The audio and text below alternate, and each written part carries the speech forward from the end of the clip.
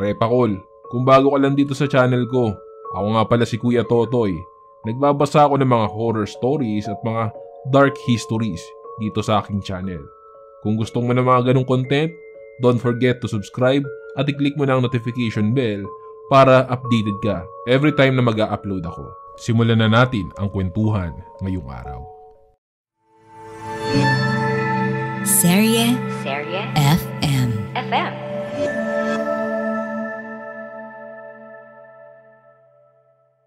Ang nakaraan sa Kilabot Pinoy Horror Stories. Umangat ang braso ni Kuya Pyoks. Pupunta na sana para umawat si Ate Mel.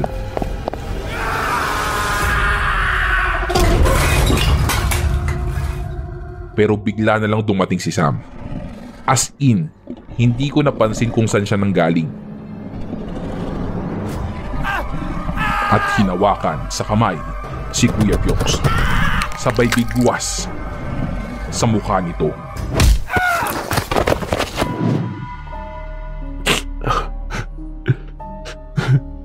Nabalitaan mo ba yung sa kabilang bayan? Yung engineering student na na-rape sa loob ng campus? Siya yung nang-rape. Kitang-kita ko. Kitang-kita ko kung paano sinaktan yung babae. Kitang-kita ko na nagmamakaawa siya. Pero patay siya. Inahasa at pinatay siya ng walang hiyang iyon.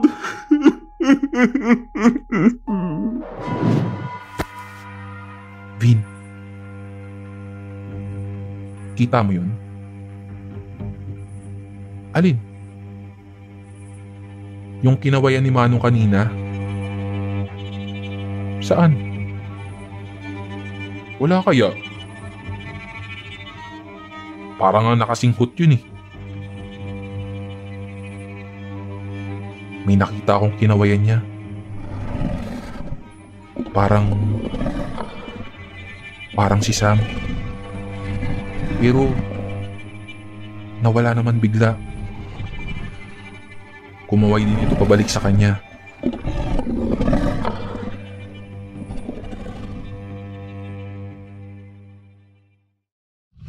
Sa pagsapit ng gabi at pagbigkit ng iyong mga mata, lagi mong itatanong, ligtas ka ba?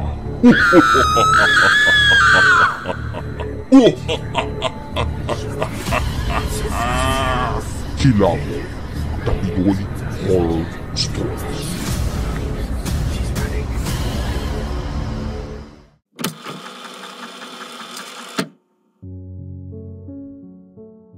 Sa totoo lang po, Kuya Totoy, ay hindi ko rin alam kung ano nga ba si Sam. Bukod kasi sa mas gwapo ako sa kanya, tao ko naman siyang maidi-describe sa inyo. May mga bagay lang talaga na gumugulo sa utak ko. Parang ito, one time, may kainan kaming pinuntahan ng mga kaklase ko. Baryo dito sa amin. Nasa 15 to 20 minutes yung biyahe. Scenery, probinsyang-probinsya. Sa likod bahay ay mayroong sibuyasan. Yung daan dito ay makipot, malubak rin. Nasa may harapan kami at nasa gilid ako ng videoke kumakain. Nung may sasakyan na dumaan, nakita ko si Sam. Siya yung nagdadrive. Nagulat ako kasi ang yaman niya pala. Ewan ko kung bakit, pero nakita niya ako. Kumaway siya sa akin. Lumapit ako at nag-usap kami saglit, tsaka siya nagpaalam. Pagbalik ko ay tsaka ko lang napansin na parang lahat ng tao ay naistatwa at nakatingin lang sa akin. Yung nagbibideo ko na gustong basagin lahat ng pinggan ang boses ay napatigil din. Bakit? Bakit po? Nawirduhan ako sa kanila kasi sabay-sabay silang umiling. Tinuloy ko ang pagkain ko. at bumalik naman sa normal pero napansin ko na may ilan pa rin nakatingin sa akin. Tapos, nilapitan ako ng nanay nung may birthday. Kilala mo si Samuel? Sabi ng nanay. Po? Opo. Kaibigan niyo ng hipag ko eh. Bakit po? Sabi ko. Kaibigan? Sabi ng nanay. Opo, pero hindi ko alam na taga dito pala siya. Sabi ko. Yung hipag mo ba? Yung mahaba yung buhok na buhaghag tapos medyo mataba?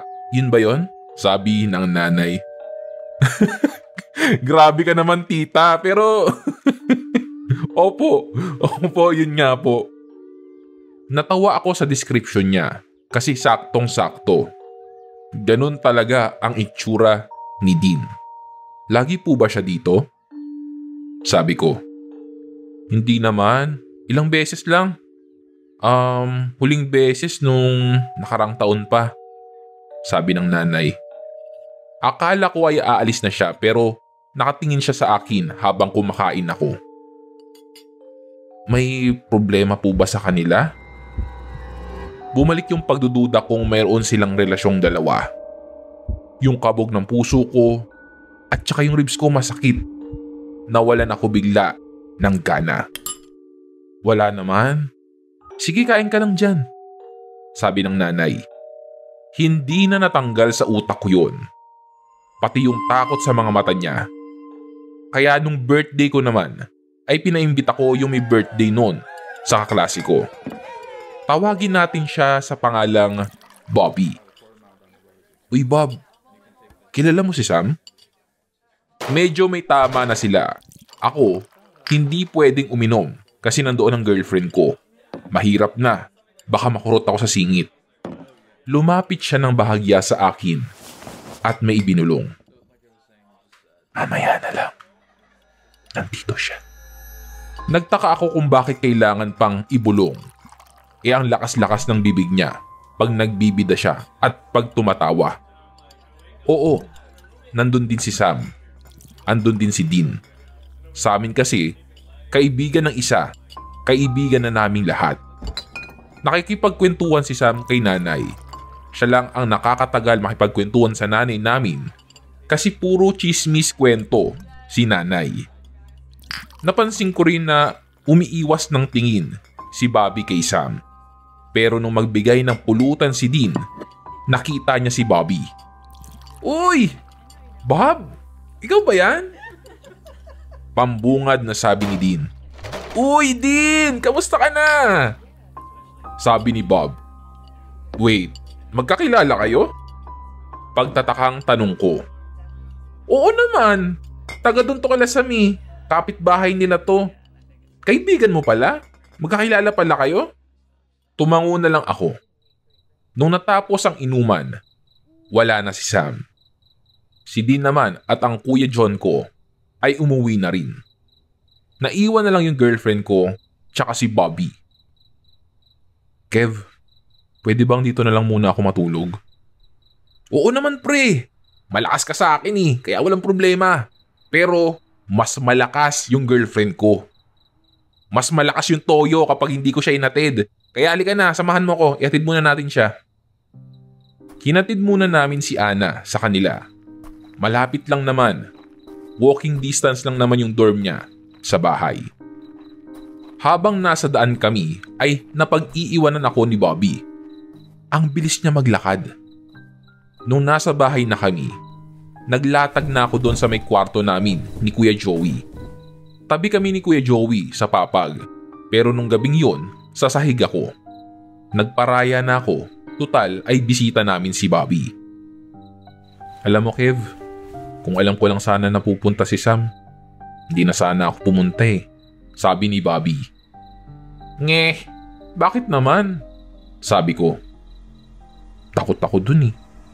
Actually, kaming lahat kami, takot sa kanya. Sabi ni Bobby.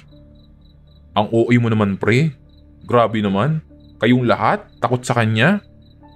Uy grabe ha, mabait kaya yun si Sam. Oo, may pagka-weird siya, pero Mabait naman eh. Sabi ko kay Bobby. Oo nga, mabait yun si Sam. Pinautang nga ako noon one time eh. Actually, binabayaran ko na nga siya. Kaso sabi niya hindi naman daw siya naniningil. Ang bait nga eh. Biglang singit ni Kuya Joey. Natawa ako, pero si Bobby nakatingin lang sa may kisame namin. Parang binibilang yung mga butiki. Magkabatch tayo ng elementary, Kevin. Nabalitaan mo ba nung grade 4 tayo? Yung sinaksak na babae sa may harap ng school? Pagtatanong ni Bobby. Ako! Nabalitaan ko yun. Nag-over the background kami ng mga classmate ko noon, tapos may narinig kaming sigawan ng maraming tao. Pagtingin nga namin, may babaeng magandang nakabulagta. Ang dami niyang dugo eh. Nakakatakot. Singit ulit ni Kuya Joey. Tiyahin ni Sam yun, sabi ni Bobby. Anong koneksyon nung takot niyo sa kanya? Pagtatanong ko. First year high school ako nung una ko makita si Sam. Pero sabi ng tatay ko, nakita na daw niya si Sam kahit nung bata pa siya. Wala daw pinagbago. Ganon na ganon pa rin daw yung itsura niya. Nag-iiba lang daw ng pananamit. Naging kaibigan ko yun dati eh. Nasabi ko yun sa kanya. Sabi niya, tatay niya daw yun at talagang magkamukha lang daw talaga sila. Sabi ni Bobby. Naging close kayo? Pagtatanong ko. Oo, pero saglit lang. Pagdating niya kasi sa amin, nagbilang lang ng 3 buwan. May namatay. May witness pero hindi naman niya nakita yung muka. Basta likod lang. Ang palatandaan daw ay yung likod daw ng lalaki. Puro latay ng latigo. Sabi ni Bobby. O, tapos, sabi ko.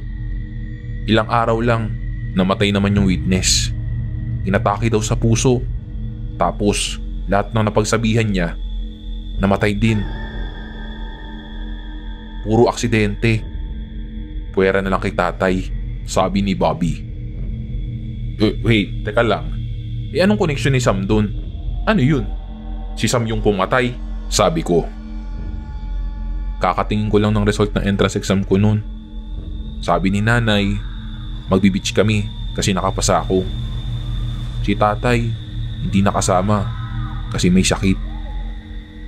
Sumama si Sam. Niyaya ko siya. Siyempre, dagat, malamang lalangoy. Ako, si Benok, kasama si Sam. Umakyat kami dun sa may batuhan. Magdadive kami. Ako yung nasa huling linya. Kasunuran ko si Sam. Pagkahubad niya ng t-shirt niya, kitang-kita ng 2 mata ko. Puro latay. Nang latigo yung likod niya. Yung sugat niya, yung parang keloid. Ang lalaki, sabi ni Bobby. Pakiramdam ko ay lumaki ang ulo ko noong mga oras na yun.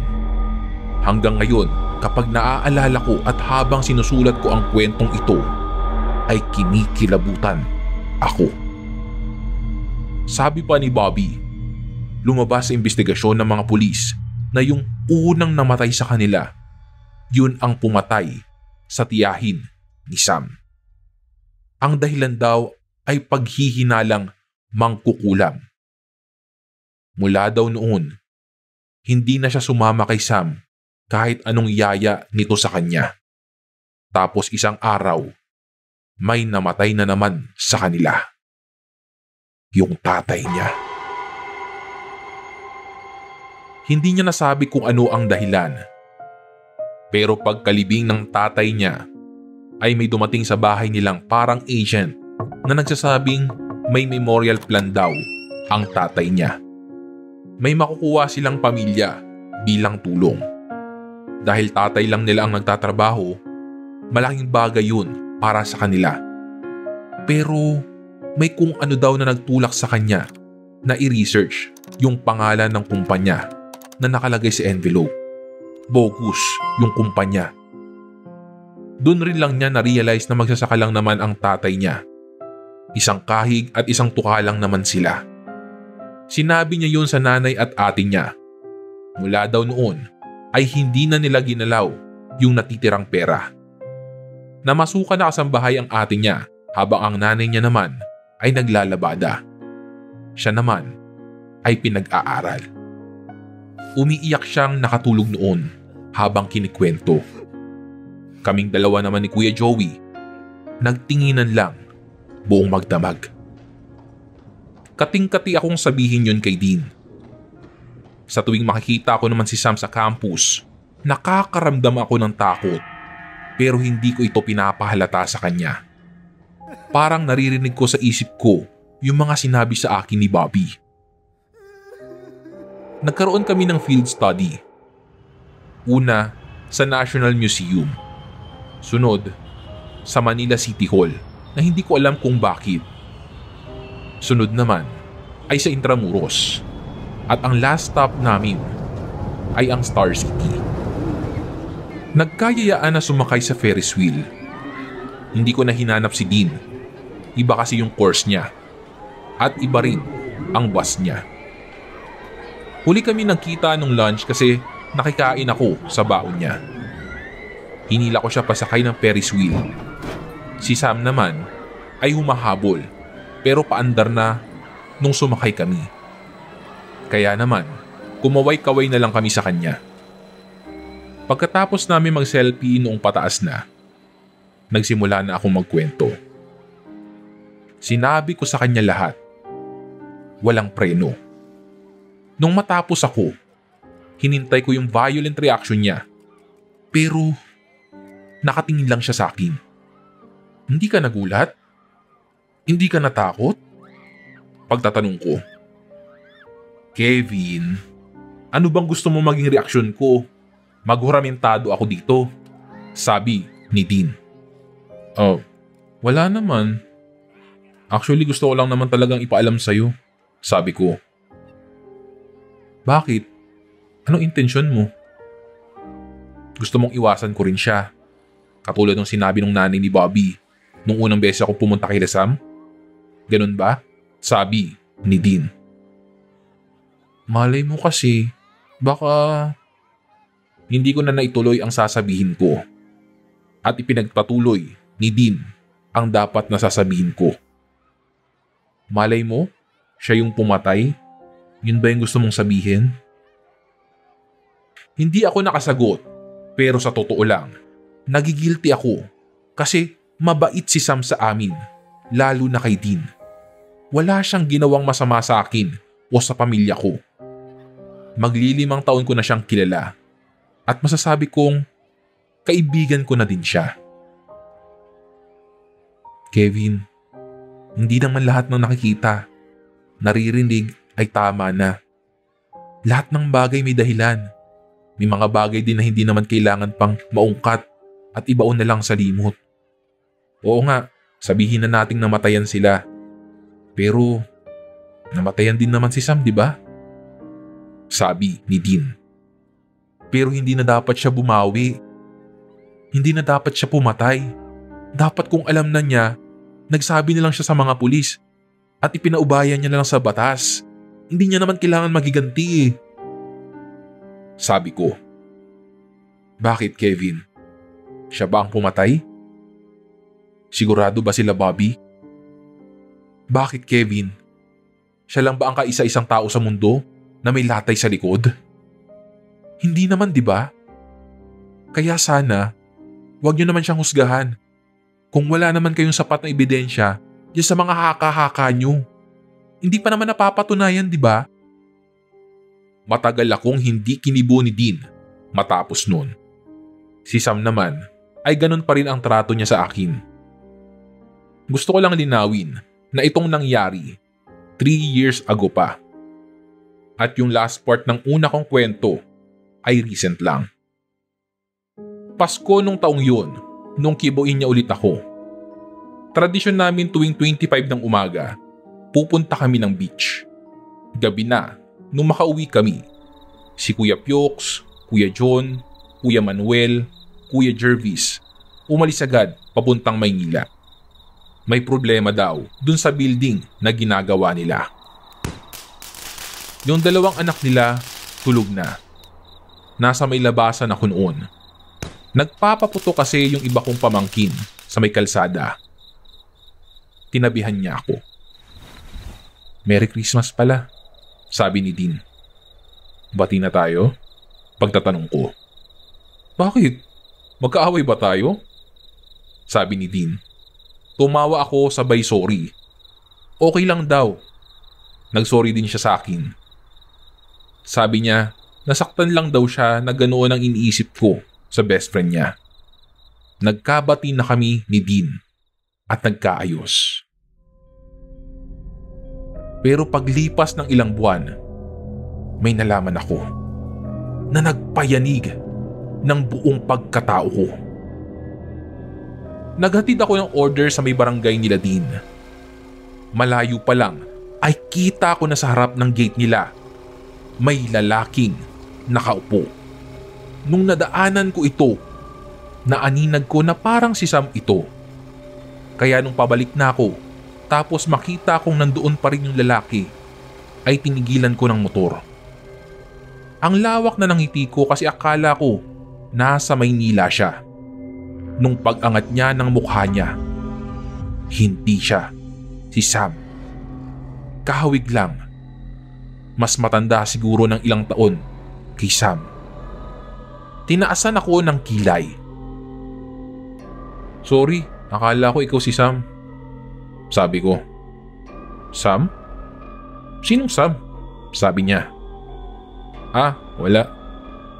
Bakit? Sino bang hanap mo? Sabi ko. Teka, sino ka ba? Sabi niya. Sa hipag ko yung bahay sa likod. Sabi ko. Si Dean? Hipag mo pala si Dean? Tara, kwentuhan tayo. Gusto kong tumanggi noong mga sandaling iyon, Kuya Totoy. Pero parang may sariling utak yung mga paa ko. Pinangkas ko siya sa motor ko. Tumigil kami sa 7-Eleven. Sabi niya, bibili lang daw siya ng maiinom. Nagtataka pa rin ako sa sarili ko, pero may part ng utak ko ang nagsasabi sa akin na i-text ko si Dean. Nung makalapit siya ulit sa akin, saktong nasend ko na yung text ko kay Dean. Mamaya na yung cellphone, tago mo muna yan. Kwentuhan tayo sa inyo, sabi niya. Inutusan niya ako. Oo, Kuya Totoy, utos iyon kasi ayoko naman talaga. Kaso wala akong magawa. Inutusan niya ako na doon kami sa bahay. Inayos ko yung lamesa sa labas. Oh, doon tayo sa loob. Ang lamok-lamok dito sa labas eh. Sabi niya. Dito na lang. Bawal kasi kay nanay yung usok ng sigarilyo eh. Pagpapaliwanag ko. Ilang beses niyang sinabi sa akin na hindi na siya magyoyosi. Bibigay na sana ako. Kaso biglang tumunog yung cellphone ko. Si Dean. Sabi niya ay wag daw akong sumama. Nagpaalam ako kunwari na magsi-CR ako. Doon ako tumawag sa kanya pero hindi niya sinasagot. Beep lang ng beep ang cellphone ko. Nung tumigil ako sa pagdadial, puro text ni Dean. Ang sabi niya, wag kang sasama. Kevin, wag kang tumawag. Nag-reply ako at sinabi ko na bumili siya ng maiinom. Pumasok ka sa loob ng bahay, wag kang lalabas. Pa-reply na ulit ako nung marinig ko yung lalaki na tinatawag ako. Ang tagal ko daw. Nagmamadali akong nag-reply kay Dean at yung paa ko ay parang may sariling utak sabay labas.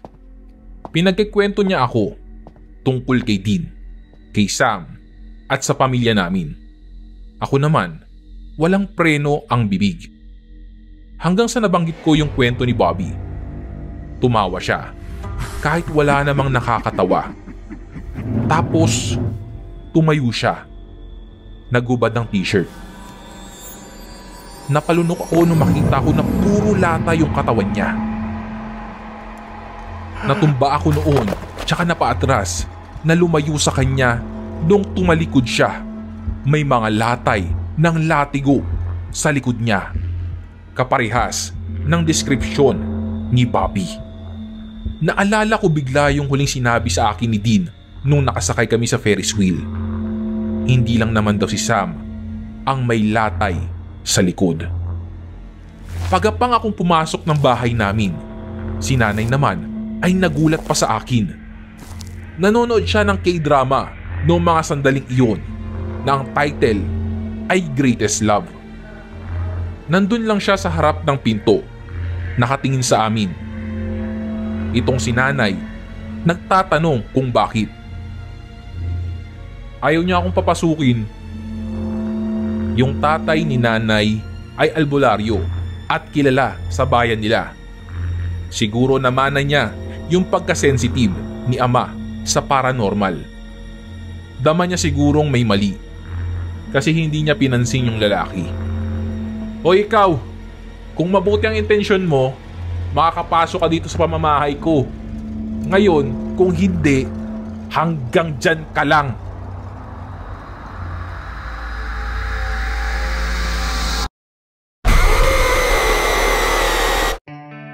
Nagustuhan mo ba ang kwento natin ngayon sa Kilabot Pinoy Horror Stories? Like and subscribe na sa aming YouTube channel. Give us 5 stars rating. Kung may sarili kang nakakatakot na kwento, ipadala ito sa aming Facebook page o sa kilabotstories2021@gmail.com. Huwag kalimutang i-click ang follow button at notification bell sa Spotify para sa updates sa bagong episodes. Hanggang sa susunod na kwentuhan mga repakol. Paalam!